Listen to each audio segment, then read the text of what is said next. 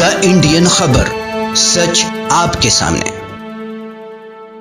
नमस्कार, आदाब, मैं रज़ा अंसारी और आप सभी का स्वागत है द इंडियन खबर पर। कर्नाटका गवर्नमेंट के लिए और भारतीय जनता पार्टी के लिए एक बड़ा दुख का विषय आ गया सामने, और उसमें जो है ये भी समझ में आ गया है कि जिस तरह से हिंदुत्व के नाम पर या हिंदुइज्म के नाम पर किसी एक समुदाय के खिलाफ लगातार नफरती बयान चल रहा था, तो उसमें जो है पंचायत के एक मिनिस्टर है के एस ईश्वरप्पा। एस ईश्वरप्पा जो है कर्नाटका के भारतीय जनता पार्टी के एक बड़े दिग्गजों में आते हैं और एक बड़े लीडर माने जाते हैं, मगर साहब की कुर्सी चली गई है और साहब कुर्सी से बेदखल हो गए, क्योंकि यहाँ पर किसी का जाति कुर्सी नहीं है, हमेशा कुर्सियां बदलती रहती हैं और उसके पोस्ट होल्डर हमेशा बदलते रहते हैं। अभी एस ईश्वरप्पा को जो है उनके पद से हटाने की मांग चल रही थी और जिस पर मुहर लग गई है, और वो जो है कुछ ही घंटों बाद जो है वो अपने पद से जो है इस्तीफा दे देंगे और पद से इस्तीफा देने के बाद जो है उनके ऊपर इन्वेस्टिगेशन शुरू हो जाएगा। अब आपको बताते हैं कि क्या कुछ मामला है और किस तरह से कर्नाटका में भारतीय जनता पार्टी को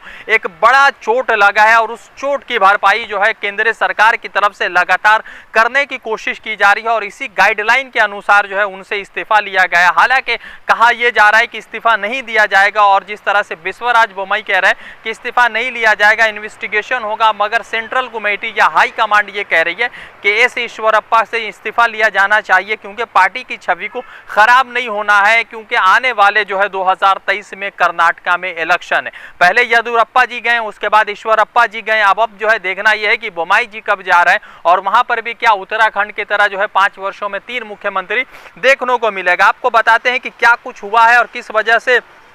पंचायत मिनिस्टर एस ईश्वरप्पा को जो है अपना जो है पद छोड़ना पड़ा है, और पद छोड़ने के बाद जो है अब भारतीय जनता पार्टी के लिए नई नई तरह की जो है मुश्किलें सामने आ रही है। सबसे पहले समझिएगा कि एक जो है सरकारी कॉन्ट्रैक्टर है जिसका नाम है सतीश पटेल। सतीश पटेल जी जो है एक सरकारी कॉन्ट्रैक्टर है, और वो एस ईश्वरप्पा और उनके बहुत जो साथी दोस्त हैं उनके बहुत करीबी माने जाते हैं, और उसको जो है एक रास्ते बनाने का जो है जिस तरह से उनको कह सकते हैं कि सैंक्शन किया गया था, कॉन्ट्रैक्टर उनको कॉन्ट्रैक्ट दिया गया था। एक अमाउंट बचा हुआ था 4 करोड़ रुपया, जिसमें जो है 40% एस ईश्वरप्पा जी मांग रहे थे या उनके करीबी साथी मांग रहे थे, जिसकी भरपाई सतीश पटेल नहीं कर पाए, और 12 मार्च को उडुपी के एक होटल में वो सुसाइड कर लेते हैं, और उनके पास से सुसाइड नोट मिलता है जिसमें कहा जा रहा है कि एस ईश्वरप्पा का नाम शामिल है। अब देखना यह है कि जिसके बाद कांग्रेस का एक विवाद शुरू हुआ, और कांग्रेस ने जो है भारतीय जनता पार्टी के खिलाफ अपना मोर्चा खोल दिया। मोर्चा इतना बढ़ गया कि भारतीय जनता पार्टी जो है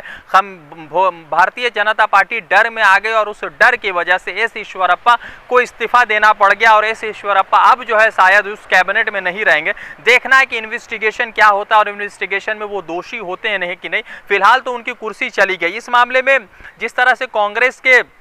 जितने भी बड़े अधिकारी या जितने भी आला कमान के कार्यकर्ता है या नेता है वहाँ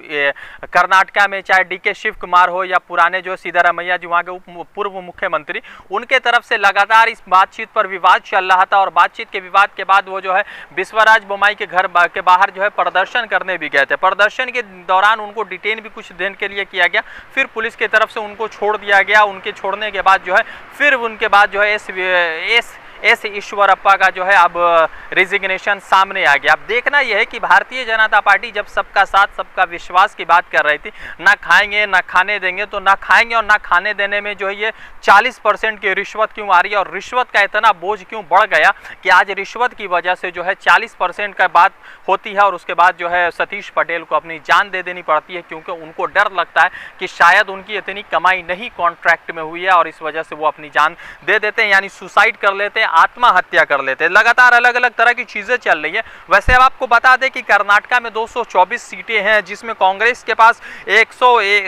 पास 70 सीटें हैं, बीजेपी के गठबंधन के पास 122 सीटें हैं। अब देखना यह है कि इस 122 और उसके बाद जो है 70, तो ज्यादा का बहुत मार्जिन नहीं है। 224 सीटें हैं तो इसमें भी बहुत ज्यादा 113 सीटें सरकार बनाने के लिए चाहिए होता है। तो 2023 में जो चुनाव होना है, उस चुनाव में किस तरह की अपडेट आते हैं और एस ईश्वरप्पा येदियुरप्पा को ऊपर जो बड़ा इल्ज़ाम लगा वो इल्ज़ाम साबित होते हैं या फिर उनको भी क्लीन चिट मिल जाएगा। फिलहाल तो जो है उनसे सीट ले लिया गया, रिजिग्नेशन की मांग हो गई है और कल कुछ ही घंटों में रिजिग्नेशन दे देंगे। अब देखना यह है कि भारतीय जनता पार्टी के आला कमान इस मामले में क्या सोचते हैं और भारतीय जनता पार्टी को किस तरह से ये बड़ा चोट लगा है। रज़ा अंसारी की रिपोर्ट द इंडियन खबर के लिए। जुड़ते दूसरे अपडेट के साथ, धन्यवाद। द इंडियन खबर, सच आपके सामने।